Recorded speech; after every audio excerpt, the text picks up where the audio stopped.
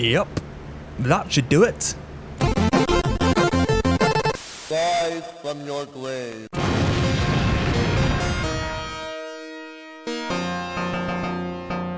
Team Fortress 2 is not safe. Well, so I've been told. It looks like TF2's source code has been leaked, and when I saw this, I thought, great, we can fix the game ourselves. But no, everything's broken. Everything's horribly broken. Apparently. Remote code execution is the phrase that's going around right now. It's essentially when you run a program from a remote location.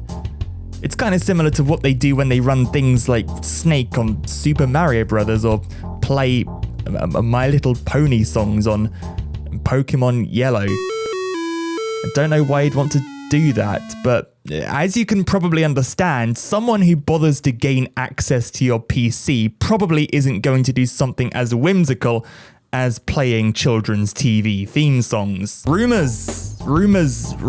There are so many rumors going around, and it's understandable. Nobody really knows what's going on. Some people are saying, yeah, the game's fine. Others are saying, don't play the game at all.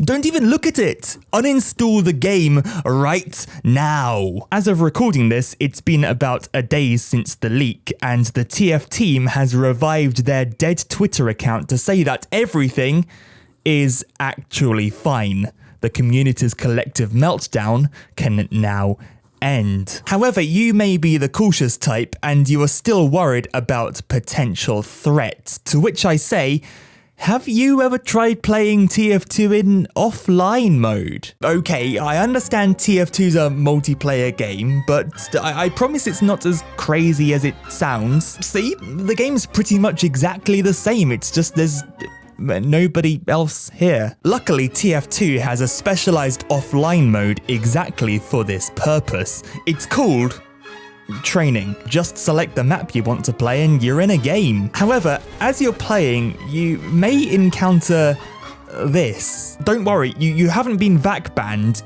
It's just saying it couldn't connect to the VAC server. It couldn't connect to the server in offline mode. The offline mode doesn't work in offline mode.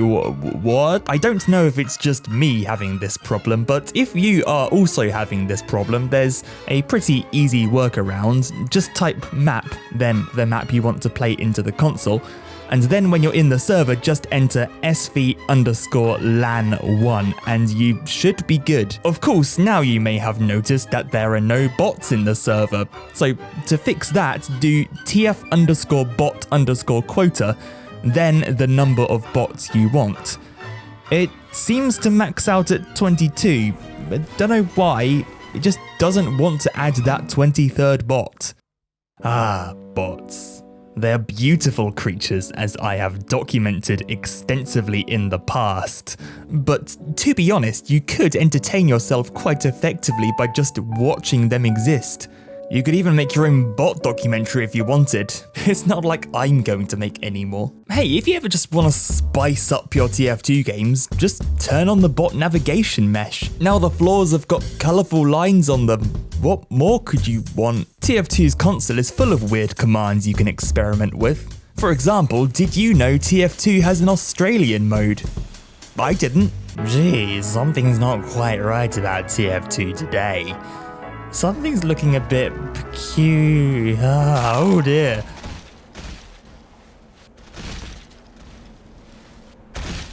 A classic offline pastime, of course, is good old rocket jumping. If you've never taken the time to learn to rocket jump, now may be an opportune time to do so. Of course, there is the ever-looming threat that TF2 is going to die for good, and that all of your efforts will result in many wasted hours of your ever-shortening life. But if you're just doing this for fun, then you're all good. RJ_Rocketeer was a map I remember playing a ton back in the day. Jump Beef 2 is of course a classic. If you are wanting to learn how to rocket jump, you'll find a wide array of ex-TF2 YouTubers eager to teach you how to do so. I'm sure sure I'm not the only one who feels a certain nostalgia for this particular gem. By the way, here's a little tip. Use this command for infinite health and ammo.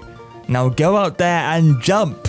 CP Process is a favourite of mine. But maybe you really dislike Soldier or Demo Man and you're more of a Pyro main, in which case Jump Pyromaniac might be right up your alley. Unfortunately, you won't be able to equip the detonator in offline mode, but the flamethrower course seems to work fine, though I'm very bad at it.